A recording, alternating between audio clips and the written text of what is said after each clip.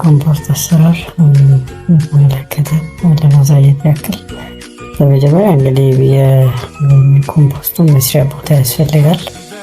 መስሪያ ቦታው እንግዲህ ቤት ውስጥ ቢቻል ቤት ውስጥ ቢሆን፣ ካልተቻለ ደግሞ ጥላ ቦታ ላይ ቢሰራ ይመረጣል። እንግዲህ ቦታውን ስንመርጥ ያው ልክ እንደ ኮንቬንሽናል ኮምፖስት ጥላ ቦታ ላይ ቢሆን፣ ቤት ውስጥ ቢሆን የተሻለ ነው።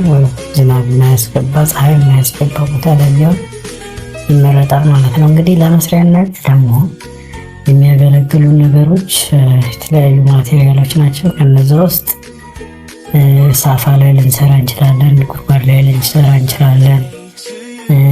በአካባቢያችን ከሚገኝ ማቴሪያል ደግሞ ሳጥን ነገር አዘጋጅተን እዛ ውስጥ ልንሰራ እንችላለን። እንደገና ደግሞ በብሪክስ ወይም በብሎኬት በተሰራ ብሪክስ ውስጥ መስራት ይቻላል ማለት ነው። እንግዲህ እነዚህ ቦታዎችን ስናዘጋጅ የመጀመሪያ መስፈርቶቻችን ናቸው።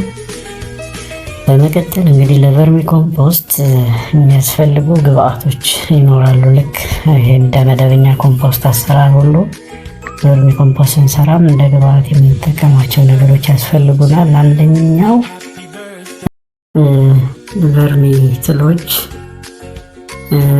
ሊኖሩን ይገባል። እንግዲህ የቨርሚ ትሎች የራሳቸው የሆነ ባህሪያት አላቸው። የመጀመሪያው ፌዲንግ ወይም ደግሞ መተኛ ቦታ ወይም ስራውን ለመስራት ምቹ የሆነ መኖሪያ ይፈልጋሉ። ሁለተኛው ምግብ ይፈልጋሉ። ስለዚህ ለምግብነት ሊያገለግሉ የሚችሉ ሮ ማቴሪያሎችን ወይም ግብአቶችን ቀድመን እናዘጋጃለን ማለት ነው። በመቀጠል ሶስተኛ የተመጣጠነ እርጥበት ይፈልጋሉ።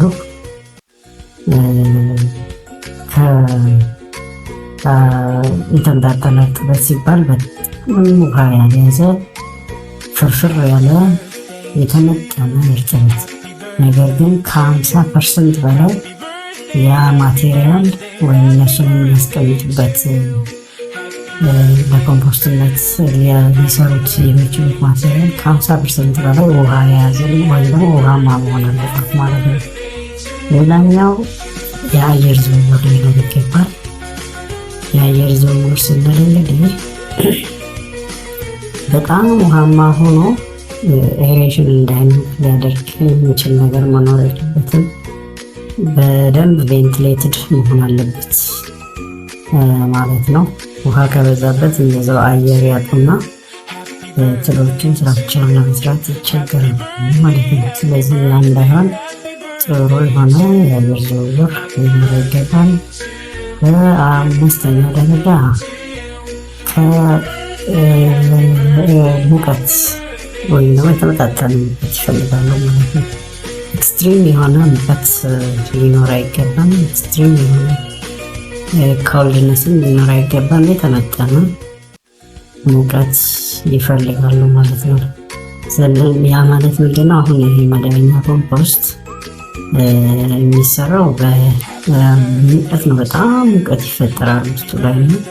በዛ ነው ተብላልቶ ወደ ኮምፖስትነት የሚቀየረው። ያ ማለት ተርሞፊሊክ የሆነ የሆኑ ማይክሮ ኦርጋኒዝሞች እዛ ውስጥ አሉ ማለት ነው። እነዚህ ደግሞ ከዛ ተፈራሪ ናቸው ማለት ነው። ሙቀት አይፈልጉም። ስለዚህ ኤክስትሪም የሆነ ወይም ደግሞ ኃይለኛ ሙቀት ካጋጠማቸው ስራቸውን መስራት አይችሉም። ከመጨረሻ ደግሞ ሊሞቱ ይችላሉ ማለት ነው። ስለዚህ ማቴሪያሎቻችንን ስናዘጋጅ ወይም ደግሞ ግብአቱን ስናዘጋጅ እነዚህ ነገሮች የተጠበቁ መሆናቸውን ማረጋገጥ አለብን ማለት ነው። ስለዚህ ልክ እንደ መደበኛ ኮምፖስት ደግሞ እንትኖችን ማደራረብ ሳይሆን ምግባቸውን ስናዘጋጅ ኮምፖዚሽኑ የራሱ ኮምፖዚሽን አለው። እንደየ አካባቢው የተለያዩ ሮ ማቴሪያሎችን መጠቀም እንችላለን። ስለዚህ እኔ አሁን በማሳያቸው ግን የምንጠቀመው አንደኛ እንደ ምግብ ግብዓት የምንጠቀመው የበቆሎ አገዳ ቾፕ ተደርጎ ወይም ተከትክቶ የአኩሪ አተር ገለባ። ምክንያቱም ይሄ እንግዲህ በአካባቢያችን ስላለ ነው። የሙዝ ግንድ ፎር ስቲምስ ኦፍ ባናና ወይም ደግሞ የሙዝ ግንድ እሱም ቾፕ ተደርጎ ተፈጭቶ የከብት ፍግ የደረቀውን እንጠቀማለን ማለት ነው። ይህንን እንግዲህ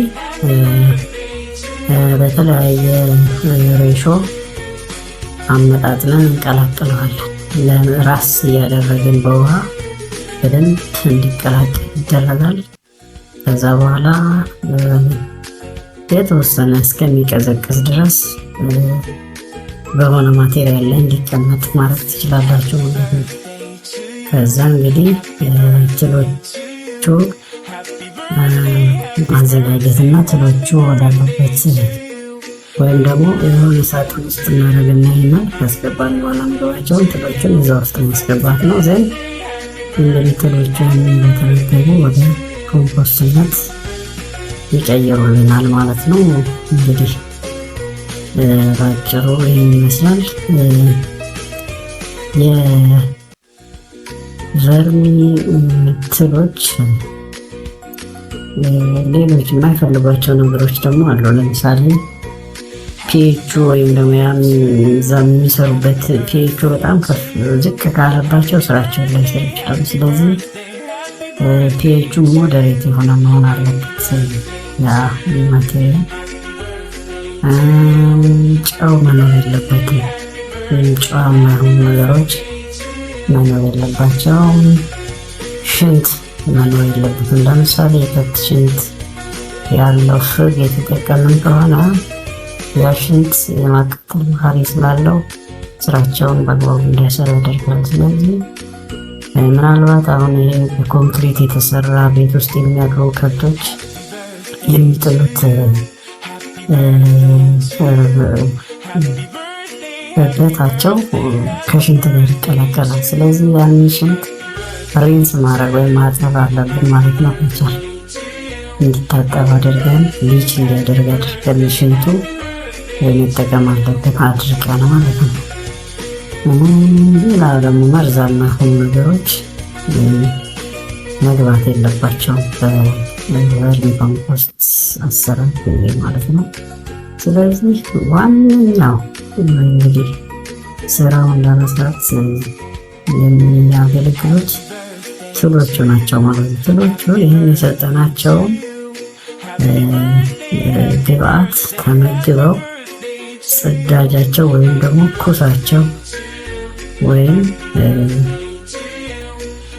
ጠሪያቸው ነው ማለት ነው ለኮምፖስት ነገር የሚያገለግለው። ስለዚህ በውስጡ በርካታ የሆኑ ንጥረ ነገሮችን የያዘ ለሰብል እድገት ሊያገለግሉ የሚችሉ ንጥረ ነገሮችን የያዘ ኮምፖስት እናገኛለን ማለት ነው። በመጨረሻ እንግዲህ በአጭሩ ዋነኛ ኮምፖስት መስራት የሚያስችሉት ትሎች ናቸው።